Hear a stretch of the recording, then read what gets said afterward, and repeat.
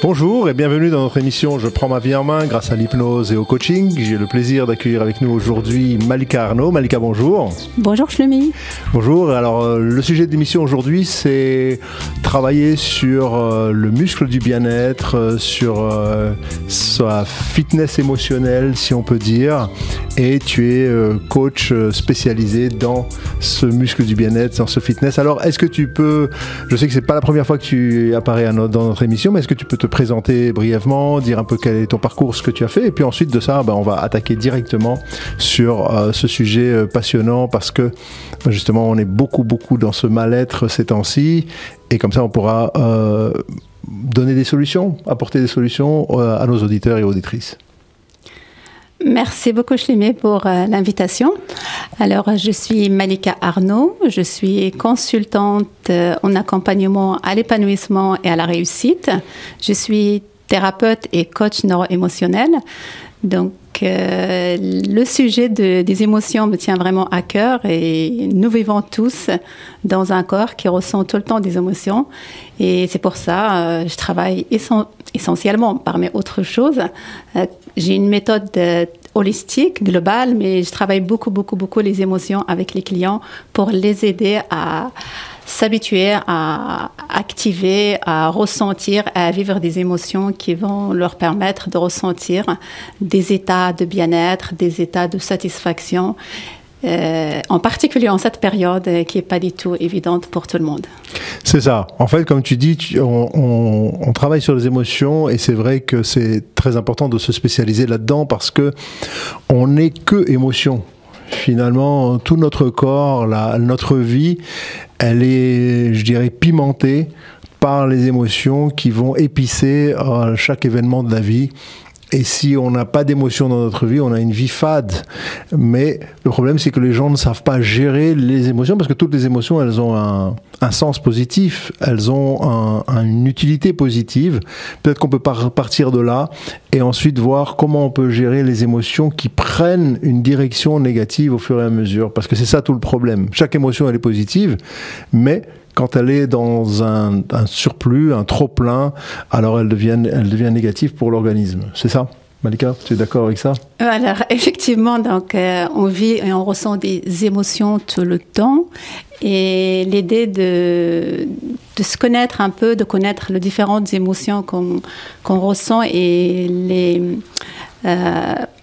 connaître et surtout les amener les orienter vers des émotions de bien-être parce qu'on peut avoir aussi des émotions négatives, des émotions de mal-être. Donc, de toute façon, ça sera des émotions. Mais tant qu'à faire, il vaut mieux choisir l'émotion de bien-être que l'émotion du mal-être. Et tu parlais tout à l'heure du fitness émotionnel, donc l'idée de proposer aux personnes de faire un fitness, de faire des exercices, d'activer des émotions de bien-être, c'est effectivement de ressentir quelque chose de positif et de habituer son corps parce que le corps fonctionne souvent par des habitudes. On peut dire même par des addictions émotionnelles. Si on est addict à des émotions de colère, de tristesse, de frustration, ça devient un peu le référentiel basique de la personne et c'est difficile de revenir dans des émotions de plaisir, de joie, de confiance. Et pourtant, on a le corps et la possibilité, l'accès aux deux, que ce soit des émotions positives et négatives. Donc, il est très important de reprendre sa vie en main et d'aller chercher des outils, faire en particulier des exercices pour activer plus des émotions plutôt liées au bien-être, à la joie, à la satisfaction, au plaisir, à la confiance et à tout ça. Et on a vraiment, encore une autre fois, c'est un besoin mondial. Tout à fait. Alors, peut-être qu'on peut résumer, on peut démarrer déjà sur les émotions de base, parce qu'on peut imaginer qu'on a des dizaines et des dizaines d'émotions ou de sous-émotions aussi. Quelles sont les émotions de base pour toi que l'on a ? Alors, je pense qu'il y en a beaucoup. Après, chacun, il a un référentiel, il a un logiciel qui est plus ou moins lié à une émotion particulière. Ça peut être la colère, comme ça peut être la peur, ça peut être la joie, ça peut être le bien-être. On a une dominance d'une émotion que d'autres. Certainement, on a ressenti dans le passé, on a vécu des expériences différentes, mais il y aura quelque chose qui va faire qu'il y aura une émotion qui va être plus ou moins activée, qui va être plus ou moins dominante. Il y a des personnes qui vont être liées plutôt à l'insatisfaction tout le temps. C'est ça, la frustration. La frustration, c'est ça. Ils vont toujours se retrouver, se connecter à des situations d'insatisfaction et de tristesse, colère. Bon, bref, pour moi, il n'y a pas d'émotion dominante. Il n'y a pas d'émotion de base. L'émotion de base, c'est celle à laquelle j'accède le plus souvent. C'est ça. Donc, par exemple, quelqu'un qui est toujours dans la plainte, il va toujours se plaindre, toujours être frustré, toujours être dans l'anxiété ou dans l'angoisse, par exemple. Ce serait ça, son émotion dominante. Exactement. Donc, on va dire ces émotions dominantes, c'est le mal-être. Donc, et pour les personnes qui sont dans le mal-être, ils vont avoir une attirance aux émotions tristesse, colère, insatisfaction, peur et tout ça. Ça ramène au schéma que tu connais de victimisation et tout. C'est ça. C'est le schéma, malheureusement, le plus fréquent. C'est-à-dire que les gens sont toujours à voir, évidemment, le négatif, le verre à moitié vide plutôt qu'à moitié plein. Et ça, c'est vraiment dommage, mais d'un autre côté, heureusement qu'on est là pour pouvoir les aider à rééquilibrer la vision qu'ils ont et rééquilibrer les vibrations et la chimie qu'il y a dans leur corps, finalement. Exactement. Donc, c'est ça. Donc, il y a le référentiel de base et chacun est libre, même si on recommande aujourd'hui d'aller vraiment plutôt vers des émotions positives que négatives, mais chacun est libre de faire la démarche. Il y a plein de solutions. Donc, on a plein de chances aujourd'hui avec l'Internet et tous les outils qu'on a à dispo pour aller changer ce référentiel qui peut être mal-être ou négatif. Et si on n'arrive pas à le faire tout seul, c'est nécessaire, c'est vital de se faire aider pour avancer, pour aller activer plus des émotions de bien-être et des muscles de bien-être, et la vie se transforme encore et encore. C'est ça. Alors tu as dit qu'on a beaucoup d'outils, notamment d'informations sur Internet. C'est vrai et en même temps c'est faux, parce que d'après moi, les gens ne vont pas regarder. Les gens ne vont pas voir, les gens ne sont pas conscients qu'ils peuvent changer. Et même les gens qui pensent qu'ils devraient changer et que ça ne va pas, ils sont dans la croyance, la certitude qu'ils ne pourront jamais changer. Par exemple, je vois des gens, on va prendre un exemple très très classique et fréquent, j'ai peur des chiens. Moi je peux pas changer, c'est impossible que je change, que j'ai pas peur des chiens. Tu me fais un clin d'œil. Non, c'est pas un clin d'œil, je parlais pas de toi en particulier, je sais que tu es venu pour la phobie des chiens et que c'est parti en 1 heure, c'est très bien, mais parce que toi tu as décidé de changer ça, parce que c'est une vie invivable que de vivre avec la peur des chiens. On est entouré de gens qui promènent leurs chiens et donc on peut pas ne pas vivre et traverser le trottoir à chaque fois, d'autant que si on est avec des enfants c'est très dangereux parce qu'ils vont avoir peur, parce que leur maman ou leur papa a peur et ils vont traverser en prenant des risques de se faire écraser. Donc il faut changer ça. Il y a des gens, je les rencontre souvent parce que je rencontre des fois la maman et l'enfant, et finalement je me dis mais c'est leur maman qu'il faut traiter ou le papa qui lui a instillé cette peur dans l'enfant, et en fait il se dit mais moi je peux jamais changer, je ne pourrai pas. J'aurai toute ma vie peur des chiens, je ne veux pas changer finalement. Et là c'est impossible de travailler avec des gens qui croient qu'ils ne peuvent pas changer. Il faut déjà qu'ils aient leur propre croyance qu'ils peuvent changer quelque chose, tu vois. Oui, alors là, ça nous amène au problème de croyance, effectivement. Donc, on parlait des émotions, là, on est dans les croyances. Et d'ailleurs, merci en pleine émission sur ton aide concernant la phobie, concernant les chiens. Donc, tu m'as aidé, ça a été vite, donc c'est génial. Avec plaisir. Comme quoi on peut tout travailler, et peu importe notre âge. On a travaillé ça il y a quelques mois, il y a 3-4 mois. Oui. Donc c'était en une demi-heure, donc c'est très bien. Et ça va, c'est fini la peur des chiens? C'est fini. Okay, j'ai vécu toute ma vie la peur des chiens parce que c'était un trauma d'enfance, et voilà, c'est génial de travailler facilement. Donc c'est un outil par exemple qui est par exemple l'hypnose dans mon cas, mais toi tu utilises d'autres outils. On va voir un peu les outils que tu utilises, mais je voulais juste préciser qu'il faut prendre conscience. Il faut prendre conscience qu'on veut changer, qu'on peut changer. Oui, prendre conscience, mais en même temps, c'est libre à chacun d'aller vraiment vers la démarche de changer. Oui, si on ne veut sûr. pas changer, si on a cette croyance que ça ne changera jamais, ça sera la réalité de la personne. Comme dit, on le sait tous, si tu penses que tu as une chance extraordinaire, t'as raison. Si tu penses que tu n'as pas de chance, tu as totalement raison. Ouais. Donc c'est juste une croyance. Donc en même temps, c'est important d'aller se rendre compte des croyances, des mots, des messages que nous répétons, parce que voilà, ça va amplifier notre état de mal-être si on répète des croyances négatives. J'ai pas de chance. Peu importe le domaine, que ça peut être dans le travail, ça peut être dans le couple, ça peut être dans la vie. Donc si on se répète ce message, ça sera une croyance qui va ancrer des émotions, bien sûr, dans le mal-être. Oui. Alors quand on ancre dans le mal-être, le corps automatiquement le signale, parce que le corps n'est pas content avec ça. Bien sûr, le corps il va nous envoyer des signes d'alarme pour nous dire il y a quelque chose qui ne va pas. Mais malheureusement, il y a beaucoup de personnes qui ne vont pas changer. Oui, tout à fait. Ils vont pas. C'est là où je travaille vraiment avec cette méthode holistique globale qui permet vraiment d'aller chercher la source du problème. Est-ce que la source elle est émotionnelle, elle est plutôt mentale, elle est organique, elle est physique? À partir du moment qu'on a identifié la source de la souffrance ou du mal-être, là on peut aller déraciner le problème. Bien sûr, on peut utiliser différentes méthodes, que ce soit de la thérapie, de la médecine, de l'énergétique, il y a beaucoup de choses. Oui. Et on a la chance aujourd'hui d'avoir accès facilement à ça. Bien sûr, facilement, si on le décide, il n'y a rien de gratuit. Ça demande du temps, ça demande de l'énergie, ça demande bien sûr de l'argent, c'est naturel, mais après, la vie se transforme et on accède à des choses de l'ordre de... Absolument.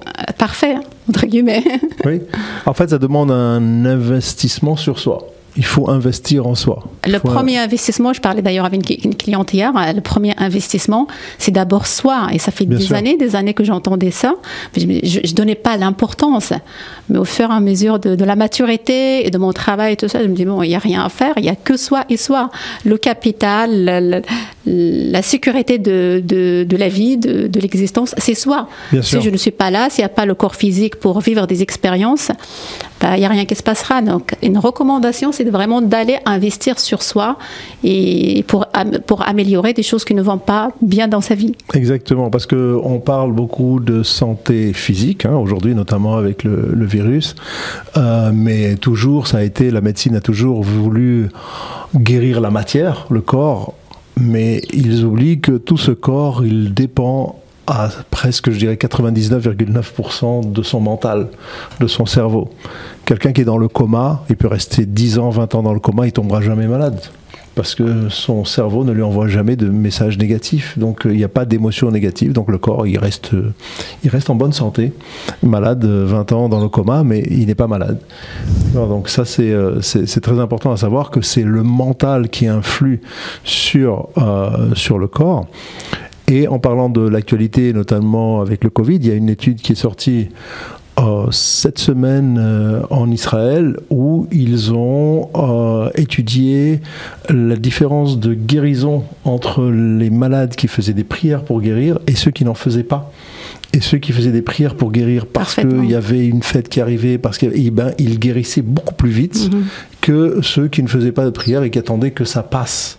Et tout simplement parce qu'on va influencer son mental pour lui donner de bonnes énergies, de bonnes hormones, de bonnes émotions.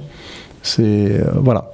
Enfin, en tout cas, c'est le mental et il faut investir là-dedans. C'est son capital santé, c'est ça. C'est ça le fitness émotionnel. Voilà, je suis d'accord. Donc, c'est combiner les deux, combiner le mental et le physique. On va aller vraiment dans des performances assez importantes. Parce que le mental va impacter le physique et le physique aussi impacte le mental. Bien sûr. Sachant que tout passe par notre fameux subconscient. Oui. Donc, le subconscient, il est là pour valider les croyances qui sont pour lui positives que d'autres. Donc, et du coup, c'est important d'aller combiner les deux parce qu'on accède plus facilement au subconscient à travers le corps. Si on ressent des choses dans le corps, ça passe par le subconscient et ça donne des messages et des informations au mental. Et dans l'autre sens aussi, traverser le mental et être aligné avec le subconscient avec le mental à travers le subconscient, ça permet d'agir dans le sens de nos désirs, de nos objectifs et de nos visions. C'est ça. Et on peut donc parler de ce fameux triangle. Donc moi j'ai un terme, toi tu en as un autre, et on va en parler là.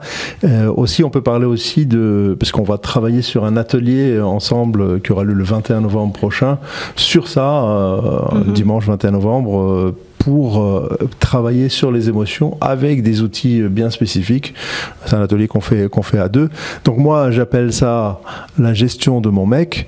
Donc je gère mon mec. C'est quoi gérer son mec? C'est gérer son mental, ses émotions et son corps. C'est ça le mec, c'est mental, émotion, corps. Donc quand on a ce triangle, là, ce pilier-là qui est géré, on a tout géré. On a pu tout gérer. Toi, tu appelles ça autrement, alors je te laisse le définir. C'est vrai, moi j'appelle ça le triangle, c'est pas moi, donc d'accord, j'ai emporté ça. Bon. Mais en tout cas, je travaille beaucoup sur le TNBI, le triangle neurobiochimique interne. C'est une pyramide qui nous permet de trouver le mental au-dessus. Le mental, c'est les pensées, et c'est les idées et les pensées. Ça, c'est le neuro. Voilà, c'est le neuro, sans rentrer dans les détails. Ouais, okay. On aura plus de détails et d'informations le jour de workshop le 21 novembre. Et en bas de la pyramide, on a le corps. Et dans le corps, on a un pôle qui est consacré à la structure neuromusculaire, tout ce qui est structure physique, corps, la posture du corps, la posture du visage. Et à gauche, ou bien à droite, on a le pôle qui est consacré à la structure neuro-organique, les organes et les hormones. Donc, travailler sur ces trois pôles permet vraiment la prise en charge de sa vie en main réellement, parce qu'on va travailler sur le mental et c'est pas assez.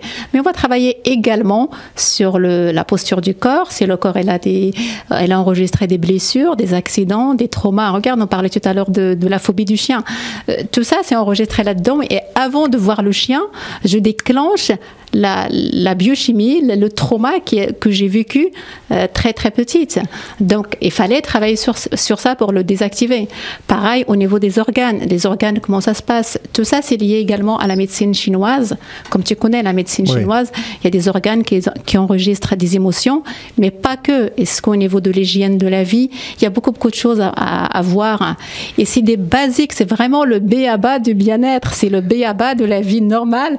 Et malheureusement, on n'a pas appris ça dans notre vie, dans notre scolarité, dans notre éducation. C'est ça, c'est dommage. C'est vraiment triste. On n'apprend pas ça aux enfants, à gérer leurs émotions, et ainsi ils seront beaucoup moins en colère ou beaucoup moins égoïstes ou beaucoup moins tristes à l'école si on leur apprend dès la maternelle à gérer leurs émotions et chaque année faire un travail de bien-être. En tout cas, c'est une suggestion qu'on peut lancer. Et d'ailleurs, effectivement, mais il y a beaucoup de personnes qui interviennent dans ce sens. Mais en même temps, il y a l'éducation nationale, c'est bien, mais il y a aussi les parents. C'est notre rôle aussi en tant que parents d'aller faire ce qui doit être fait, d'aller faire le nécessaire pour apporter à nos enfants, aux générations d'après, aux générations futures, les éléments de base, parce qu'on sait que nos parents, ils ont fait de leur mieux.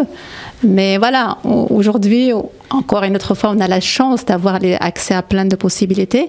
On est en train de rectifier, d'ajuster, de guérir, de changer. C'est très bien. Mais maintenant, notre rôle aussi et notre devoir, c'est d'apporter aux générations, à nos enfants, aux autres, ces solutions et les aider à aller mieux. Et tu parlais du MEC, je vais juste rebondir sur ça. Tu parlais du MEC et moi du TNBI. Ce matin, j'ai fait un atelier avec un docteur qui travaille sur un docteur Elias Bakli, qui travaille sur une dimension, une approche holistique multidimensionnelle. Donc ça m'a fait plaisir de l'entendre me dire, après plusieurs recherches en tant que médecin, il pratique la même chose, la même méthode que moi, une méthode holistique et globale. Il m'a dit, peu importe la casquette, peu importe le parcours, et on arrive à la même méthode, en fait. Conclusion, une même résultat. Prise en charge globale. On ne peut pas mettre de côté ses émotions, ses croyances, le côté énergétique. On ne peut pas le laisser de côté. Mais il y a aussi le côté épigénétique. Donc l'épigénétique, on en a parlé l'autre fois, c'est un monde entier. Donc tout ça, c'est important de le connaître. Et encore une fois, c'est les bases de la prise en charge de sa vie en main. Quels sont les genres de personnes qui viennent te voir, avec quel objectif, quel problème ils viennent et pourquoi ils viennent chez toi? Okay.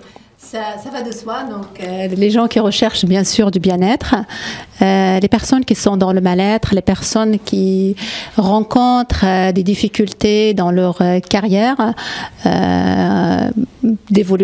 l'envie d'évolution, le manque de sens dans ce qu'ils font. À un moment donné, ça tourne en rond, il n'y a rien qui avance.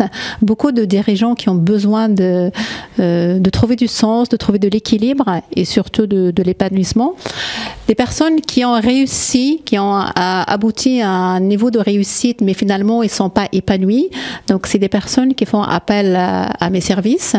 Je travaille également avec des personnes en burn-out, manque de confiance.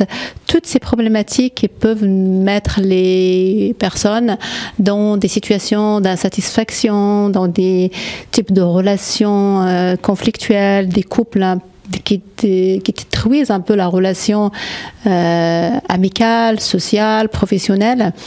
Donc, le panel de problématiques à traiter est assez large. Absolument. Et assez vaste. Ça, c'est très bien. Maintenant, quels sont les outils que tu utilises? Puisqu'on a parlé donc du muscle du bien-être, est-ce que c'est ça un de tes outils que tu utilises et qu'on va d'ailleurs voir dans cet atelier? Est-ce que tu peux en parler? Alors, les outils, j'utilise plusieurs outils, plusieurs méthodes. Donc, ça dépend de la situation de la personne, de sa problématique. Et j'adapte les outils aux besoins. C'est un accompagnement très personnalisé. Je dis souvent très chirurgical pour aller réellement en profondeur.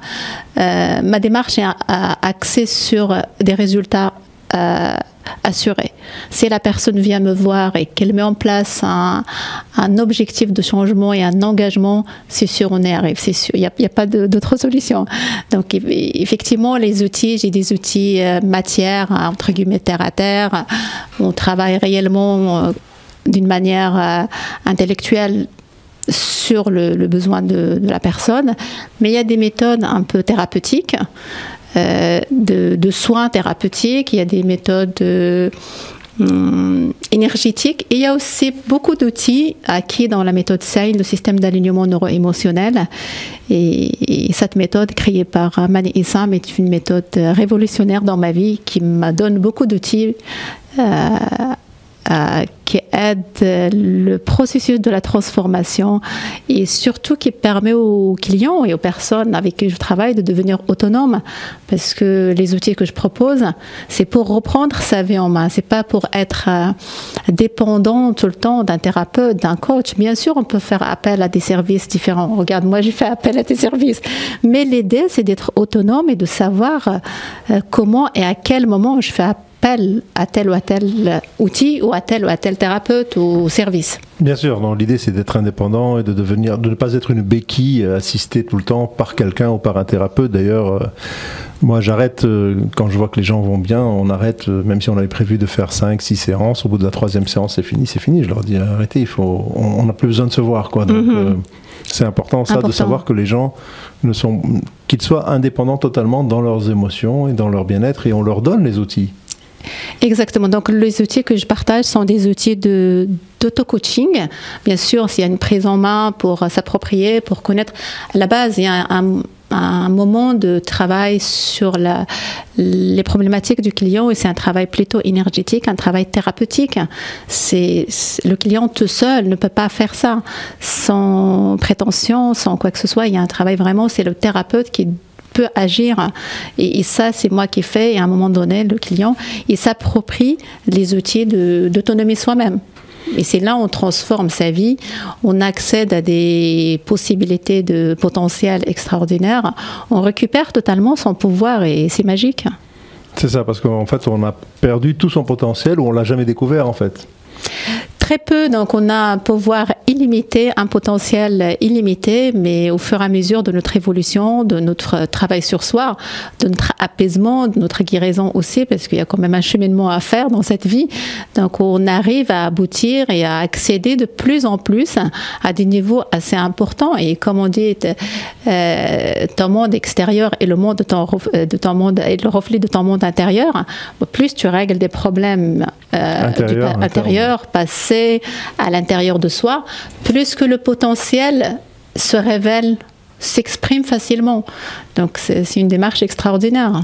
C'est ça, parce qu'en fait, on est tous avec un aspect négatif des choses. On est entouré d'un environnement hostile. Et donc, il faut se surpasser pour surpasser son environnement. Surpasser cet aspect négatif des choses que l'on voit, des nouvelles qu'on entend, qui sont très anxiogènes. Et donc, il faut constamment se surpasser. Oui, donc la société effectivement nous met dans des situations pas évidentes. Après, ça dépend du contexte dans lequel on est arrivé. Et si tu es né un 14 juillet ou si tu es né je sais pas, un 4 juillet, c'est autre chose. C'est la fête, c'est la célébration. C'est différent aussi si tu es né dans un moment de guerre, un moment de tsunami.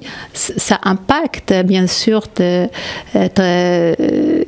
identité, ça impacte qui tu vas être dans ta vie. Et tu vas attirer à toi, ou la personne va s'attirer à elle, des situations plutôt positives ou négatives selon son programme de base. Mais en même temps, la société, effectivement, il y a beaucoup de cadrage, beaucoup de formatage, beaucoup de culpabilité ou d'autoculpabilité.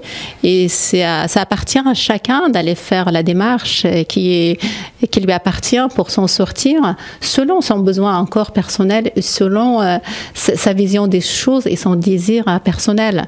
On ne peut pas se ressembler tous, mais à un moment donné, si je ressens une envie ardente et un désir brûlant de changer, bah, c'est à moi de faire le chemin pour changer. Bien sûr. Alors, est-ce que tu peux nous décrire, par exemple, un outil que tu utilises? Qu'est-ce que tu vas proposer physiquement de faire? Quelle chose concrète une personne va pouvoir faire ou que tu vas faire sur la personne au départ? Alors, c'est vraiment très variable. C'est très personnalisé. J'ai beaucoup d'outils, encore une autre fois, mais j'ai pas de méthode, on va dire, copier-coller. C'est selon la personne. L'objectif de base, c'est globalement, je dis un mot pas très sexy, c'est sortir les poubelles émotionnelles. C'est faire un nettoyage émotionnel. Se décharger des croyances négatives, de tous les traumas et des mémoires cellulaires. Ça, je vais agir avec un travail énergétique, avec le collapsus neuro-émotionnel. C'est un travail thérapeutique. C'est moi qui agis sur ce genre de choses pour aider le client. Et la base du travail, si je peux te répondre, c'est de créer un état de bien-être. C'est de sortir le client des états de souffrance, des états de mal-être, de frustration, colère, peu importe, encore une fois, les émotions de la personne ou ses croyances négatives. L'aider, c'est de lui changer sa vision. C'est pas moi, mais je lui donne des outils, en particulier le muscle du bien-être. Ça peut être d'autres exercices.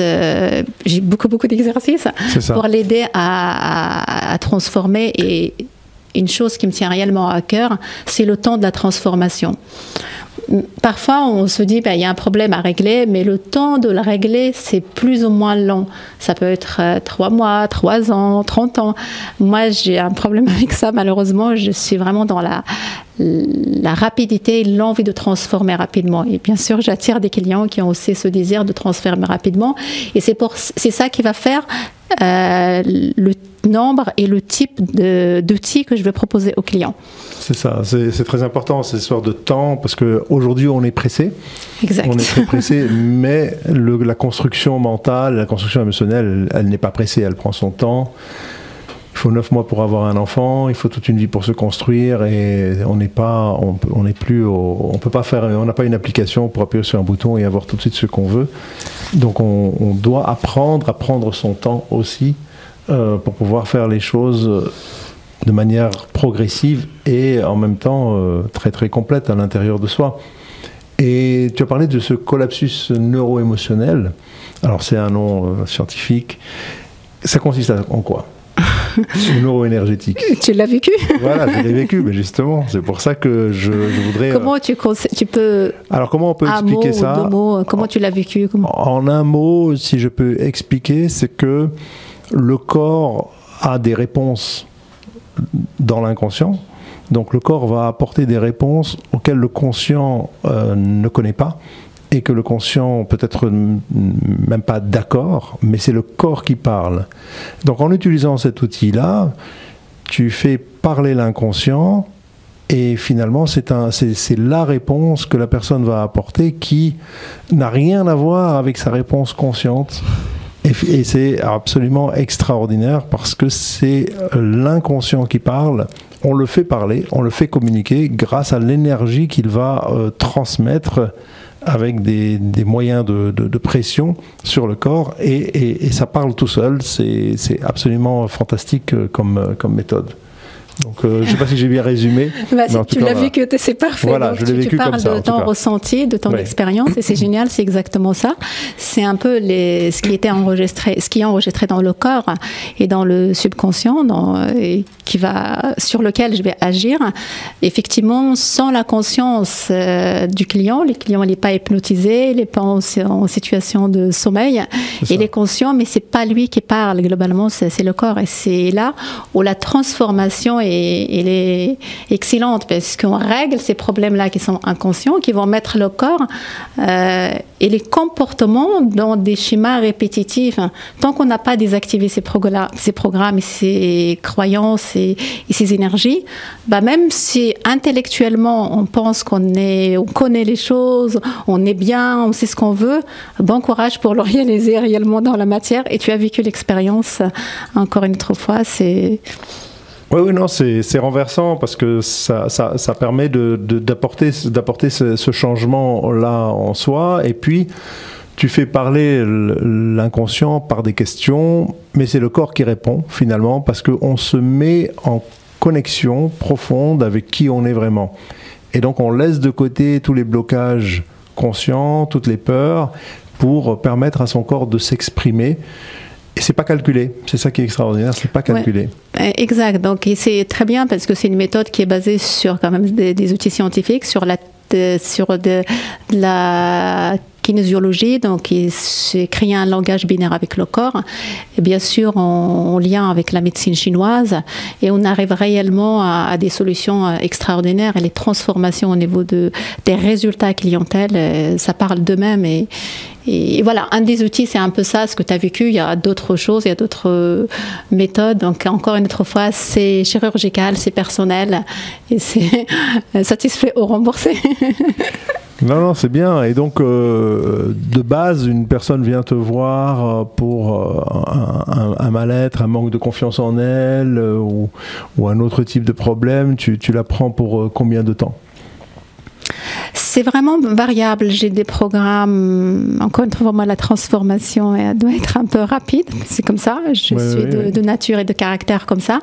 Et globalement, je suis à 5 mois, entre 3 mois et 5 mois. Je suis sur des programmes assez courts pour des thérapies de transformation avec des résultats derrière. Donc voilà, mes programmes, c'est essentiellement comme ça. Après, je propose un suivi, une mise en place.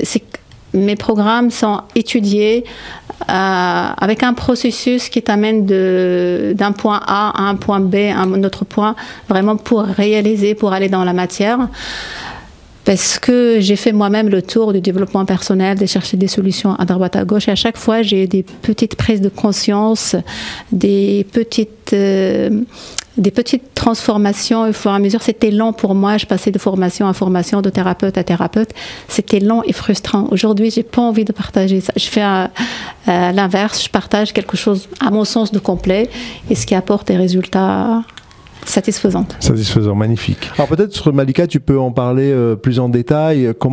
Sur quoi on va travailler, sur ce changement de croyance, d'émotion, comment est-ce qu'on va faire ça ? Ok, donc alors on peut faire ça tout simplement en commençant à activer le programme du bien-être. Oui. Mais pour ce faire, vraiment, c'est important de connaître ce que tu disais tout à l'heure, le MEC et le TNBI. Donc ça, c'est la base. Les personnes, le jour du workshop, ils vont découvrir beaucoup d'informations basiques et simples. C'est pas des choses très complexes et très compliquées scientifiquement et tout ça, mais c'est des choses qu'on peut utiliser dans la vie de tous les jours. Donc une fois qu'on a compris ces mécanismes et qu'on les ramène dans sa vie de tous les jours, là effectivement, ce sera un déclic personnel qui va amener les gens de suite à changer les croyances, mais à commencer à se rendre compte qu'on a un pouvoir sur ses propres croyances, et au lieu de avoir des croyances négatives, comme on connaît tous, je suis nulle, j'ai pas de chance et tout ça, il vaut mieux commencer à se dire je suis pas si mal que ça pour aboutir à je suis bien. Ça, c'est au niveau des croyances, commencer à faire un travail. Certes, le travail, il est lent quand on fait tout seul. Au départ, c'est un entraînement, c'est difficile, c'est pas évident. On est habitué à un monologue personnel, donc ça prend un peu de temps avant de commencer à changer de croyances. Tout seul, je pense que c'est impossible, pratiquement. Oui, on peut le faire. On a une détermination assez forte, c'est une envie, mais on peut se faire aider. C'est un choix des personnes, ils peuvent se faire aider facilement. De la même chose sur les émotions, on peut les changer. Mais ça, encore une fois, c'est très difficile. Encore, les émotions, c'est des addictions corporelles.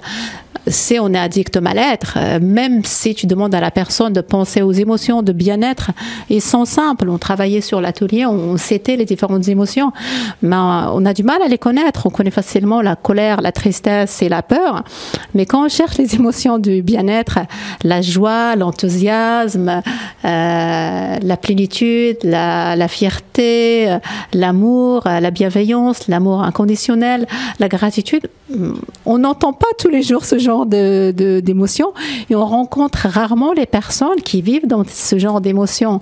Donc, globalement, les gens qui sont dans le mal-être, qui rencontrent des personnes dans le bien-être, ils les rejettent tout de suite parce que c'est pas leur logiciel, c'est pas leur référentiel de base. Donc, pour activer le muscle du bien-être, il suffit simplement de commencer à penser joie, à réfléchir de manière joie, à penser à des moments de joie, à des moments de bien-être, à des moments de certitude, des moments de détermination. Et c'est très, très, très important parce que ça agit énormément sur le corps, sur le système nerveux, sur la cellule, sur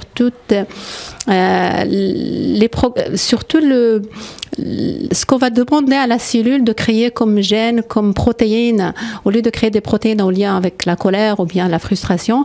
Si on commence à activer la joie, par exemple, ça va commencer à activer des différentes molécules, bien sûr. Bien sûr, exact, c'est ça. Donc, c'est de l'entraînement à faire et c'est simple, tout ça à la portée des personnes. On a envie de le faire, c'est facile, mais après, si on n'est pas habitué, il faut se prendre en main, se faire aider jusqu'à ce que ça devienne normal, naturel pour la personne de commencer à ressentir des émotions de joie ou des émotions de bien-être globalement. Il y en a beaucoup, beaucoup. Oui, heureusement qu'il y en a beaucoup. On a une pléthore de belles émotions. Vraiment, on a beaucoup d'émotions et il faut le savoir les gérer, il faut le savoir les accueillir et il faut savoir les changer. Et il y a aussi un point important, surtout en ce moment, il y a l'environnement. Donc, l'épigénétique, la science de l'épigénétique qui va nous dire qu'on n'est pas forcément esclave de la génétique, mais il y a quand même des choses qui sont liées plutôt à l'épigénétique, à l'environnement. Donc, l'environnement fait qu'aujourd'hui, ça va amplifier encore et encore des émotions de mal-être. Avec ce qui se passe, avec la pandémie, tout ça, il n'y a pas vraiment plus de joie que ça. Avant, peut-être, on peut avoir plus de joie. Même si on est soi-même triste ou dans le mal-être, on peut sortir, rencontrer des personnes, faire des activités. Aujourd'hui, le contexte, l'environnement fait que ça va amplifier encore et encore la tristesse, le mal-être. Et c'est là où c'est important, c'est urgent de faire un travail personnel, de se faire aider pour commencer à ressentir individuellement et indépendamment de l'externe des émotions de bien-être en fait. C'est vraiment urgent, si je peux dire quelque chose dans ce sens-là, je recommande vraiment aux gens de faire ce qui doit être fait, se faire aider par rapport à ça parce que c'est pas du tout évident et c'est une responsabilité, une obligation personnelle de commencer à rayonner la joie, le bien-être pour s'en sortir tous. C'est ça, en fait c'est un devoir d'être en joie. De rayonner la joie et d'avoir une énergie différente, c'est un devoir. C'est un devoir absolument, et puis aussi de pouvoir se connecter à soi, parce qu'il y en a qui n'ont jamais été connectés à eux-mêmes. Mm-hmm. Ils sont toujours soit dans le trop-plein d'émotions, donc ils sont submergés par l'émotion, soit ils sont totalement déconnectés d'eux-mêmes et ils ne vivent pas le moment présent.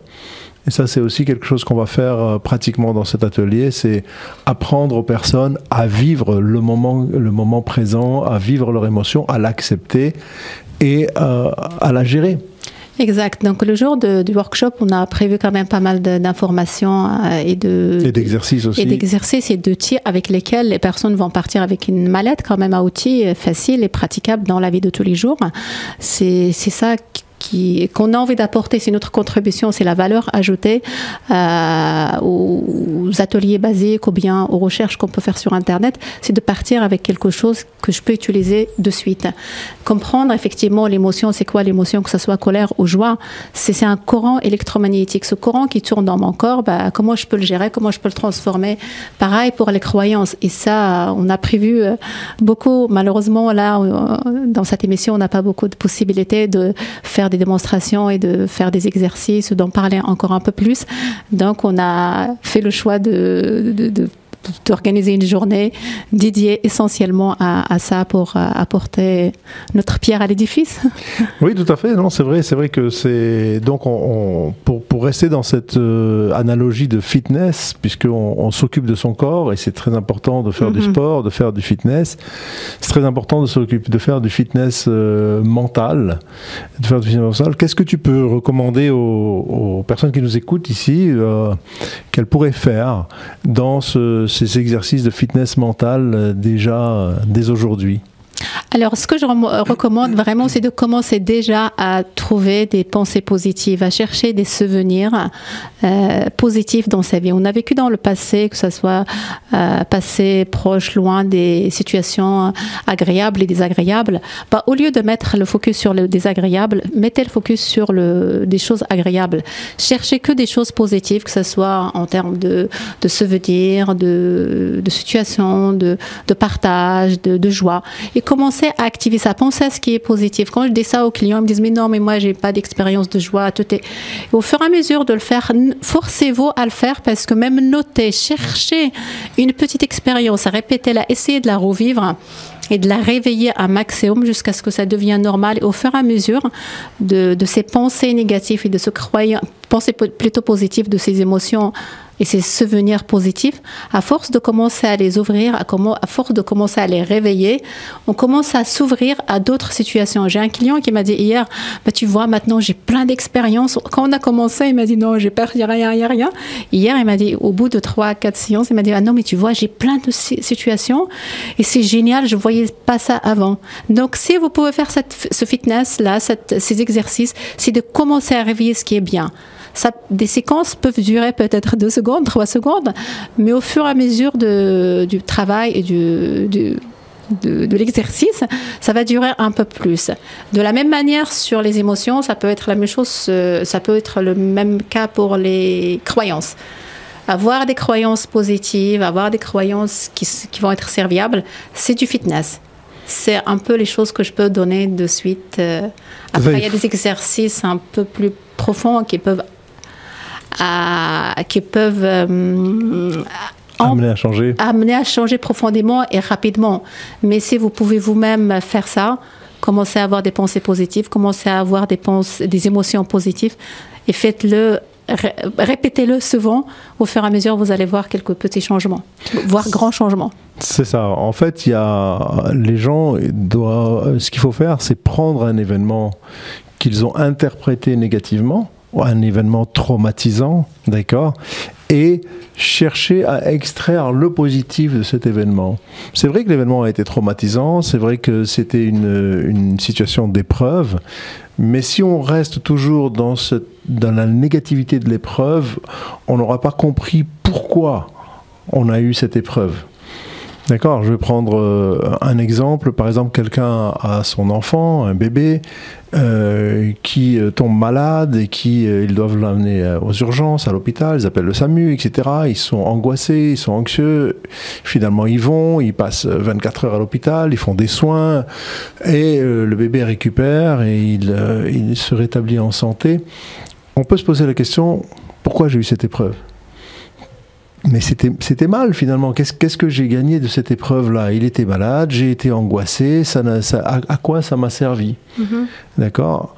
La réponse c'est que en fait cette épreuve elle a servi à montrer combien d'amour tu avais pour ton enfant. combien tu vas te dépenser, combien tu vas te dépasser pour ton enfant. Et ça a montré combien tu l'aimes. Mais si tu n'avais pas eu cette épreuve, ben tu l'aurais pas su, tu l'aurais pas vécu. Et là, ça t'a fait... C'est ça, de chercher le positif de chaque chose. Parce que sinon, ben, on va rester toujours dans le négatif des événements. Donc quand on vit certains événements, c'est extraire, moi j'appelle ce mot comme ça, c'est extrayer le positif. Cherchez-le. Où est-ce qu'il est le positif de tel et tel événement, même s'il a l'air catastrophique. Je suis complètement d'accord. Merci, Il y a toujours un cadeau caché dans des situations. Voilà, il y a un cadeau caché, exactement. Exact, mais aussi au-delà de ça, il y a quand même, je pense, dans ton exemple, à un moment donné, il y aura des personnes qui vont aider, il y a des situations aussi, qui vont émerger, qui vont faire peut-être cet événement qui était malheureux, c'est dommage pour le bébé qui était souffrant, ça permet de recréer des liens dans le couple, peut-être ça permet de recréer des liens dans la famille. En tout cas, il y a certainement des choses, mais peut-être ça a guéri, ça a soigné quelque chose chez cet enfant. En tout cas, il y a toujours... Il y a des bénéfices cachés qui sont là, mais il faut les prendre, ceux-là aussi. Voilà, il faut les prendre, il faut les réaliser. Il faut avoir un peu de recul pour commencer à se détacher des situations, encore une autre fois, de mal-être et les comprendre dans leur état de bien-être. Et c'est la même chose dans des situations, des relations de couple. J'accompagne pas mal les couples, les séparations et tout ça. Et les personnes, après la séparation, ils sont dans un conflit horrible envers le conjoint, peu importe homme-femme, et c'est pas du tout faisable après de reconstruire quelque chose, même si les personnes ont une volonté, une envie de recréer de nouveau un autre couple. Mais tant qu'on n'a pas réparé, tant qu'on n'a pas apaisé ce conflit de base qui a détruit le premier couple, c'est pas faisable. Et quand je demande aux personnes de me trouver des situations, par exemple, positives, des situations de joie, dans le couple, dans l'ancien couple, on me dit non, c'est pas possible, c'était horrible. Je dis pas mais et je les accompagne à trouver des moments extraordinaires. C'est pas possible si vous étiez ensemble à un moment donné, c'est parce qu'il y avait des choses extraordinaires entre vous. Pensez à ces moments-là doucement pour venir à trouver des situations et des souvenirs de bien-être. Et c'est à partir de bien-être réveiller le bien-être dans le passé pour le sentir dans le présent et construire un futur extraordinaire dans des états d'épanouissement et de bien-être. Magnifique, Malika, merci beaucoup en tout cas sur ces mots de conclusion de cette belle émission. Je te remercie d'avoir été avec nous. Je remercie également Philippe à la technique et notre stagiaire aussi bien sûr. Et je rappelle aux auditeurs que vous pouvez me contacter sur Doctolib et que cette émission a lieu tous les 2e et 4e mercredis de chaque mois. Malika, très rapidement, où est-ce qu'on peut te contacter ?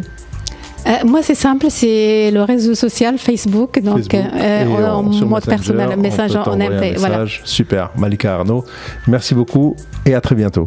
Merci Shlomi, merci à tous, à très bientôt.